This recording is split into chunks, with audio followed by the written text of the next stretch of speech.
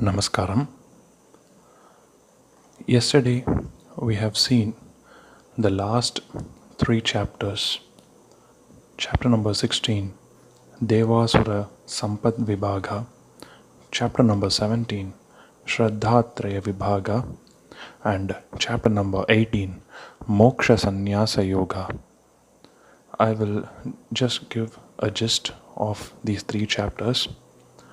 Then we will move on to chapter number 1, sloka number 1 today. In chapter number 16, Devasura Sampat Vibhaga, Lord Krishna presents the distinction between divine and demonic qualities. Those who are mean in conduct or antagonistic to divinity, and those who are good in conduct or beneficial to divinity. In chapter 17, Shraddhatraya Vibhaga, the influence of three gunas upon the faith, severity, and contributions to the society is determined by the purity of a person. The purest ones worship the Supreme Parabrahma. In chapter number 18, Moksha Sannyasa Yoga, Lord describes the attainment of salvation by the paths of karma. An elaborate explanation regarding how one attains liberation from everything is explained.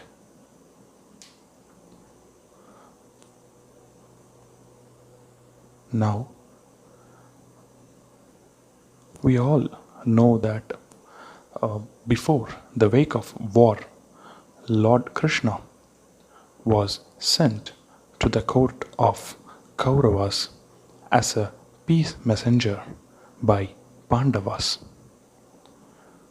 Lord Krishna counseled Duryodhana about the aftermath, effects, and consequences of war if it had taken place, and advised him to provide at least 5 villages to Pandavas, to which the arrogant Duryodhana said he would not even provide with 5 feet of land, and that war was inevitable. Lord's effort to convince Duryodhana ended pointless, and therefore the war was fought between Pandavas and Kauravas for a total of 18 days. Now, let's begin with sloka number 1. Srimad Bhagavad Gitasu Upanishadsu Brahma Vidyayam Yoga Shastre Sri Krishna Arjuna Samvadhe Arjuna Vishadha Yogo Nama Pradhamodhyayaha. Dritarashtra uvacha Dharmakshetre Kurukshetre Samavetha yuyuthsavaha Mamaka pandavas-chaiva kimakurvatha Sanjaya. This is the first sloka. Now we will see the word by word meaning, and then we will go into its reference. Dritarashtra uvacha means Dritarashtra said, Dharmakshetre, the place of a holy visit or pilgrimage. Kurukshetre, in the place of Kurukshetra. Samavetha, those who have assembled there, means in battlefield. Yuyuthsava, those who were eager and intended to fight in war. Mamaka, my people, meaning his 100 sons, the Kauravas. Pandavaschaiva, the sons of Pandu or the Pandavas. Kima, what? Kurvatha, did. Sanjaya, he asks Sanjaya. Okay, just let me tell in very short. Dritarashtra asked Sanjaya, quote unquote, "Oh Sanjaya, in the field of virtue called Kurukshetra, what are my sons and Pandavas were doing? Are they assembled and are ready to fight?"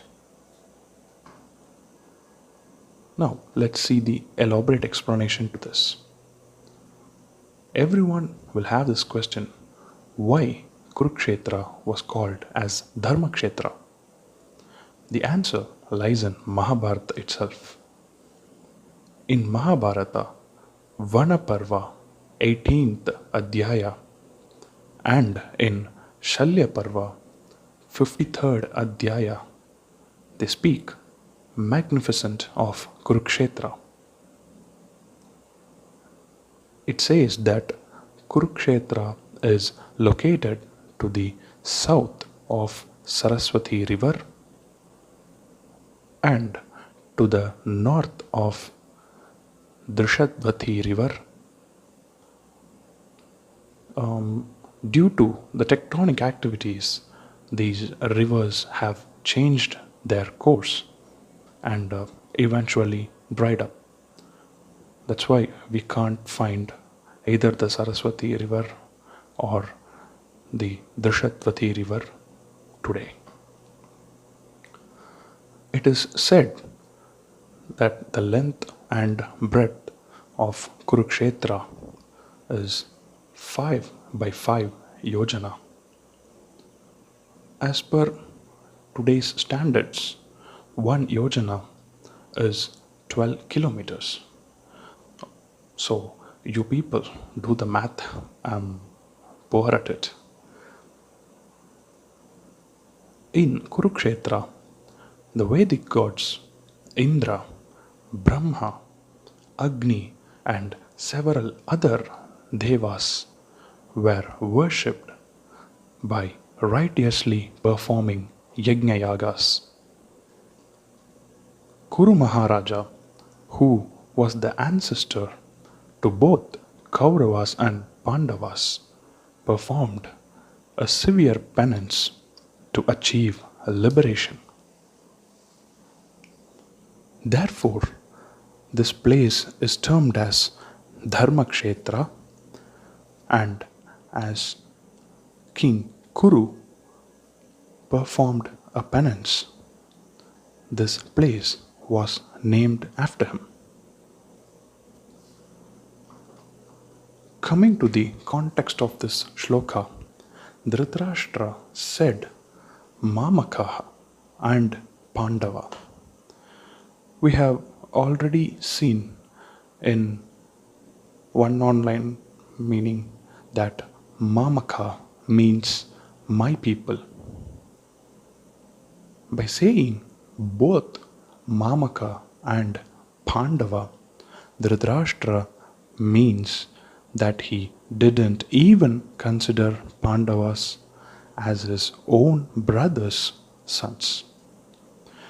By using these adjectives, Samavetha and Yuyuthsavaha, it is evident that Dritarashtra was curious to know about the events happened in the battlefield.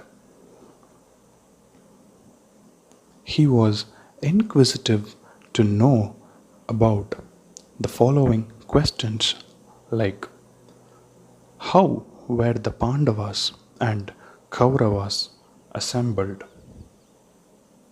Who fought with whom? Who killed whom? And how were they killed and when were they killed, etc., etc. With this, I conclude today's session. Hope I had given something of useful to you today. Thanking you all. Have a good day. Jai Sri Krishna.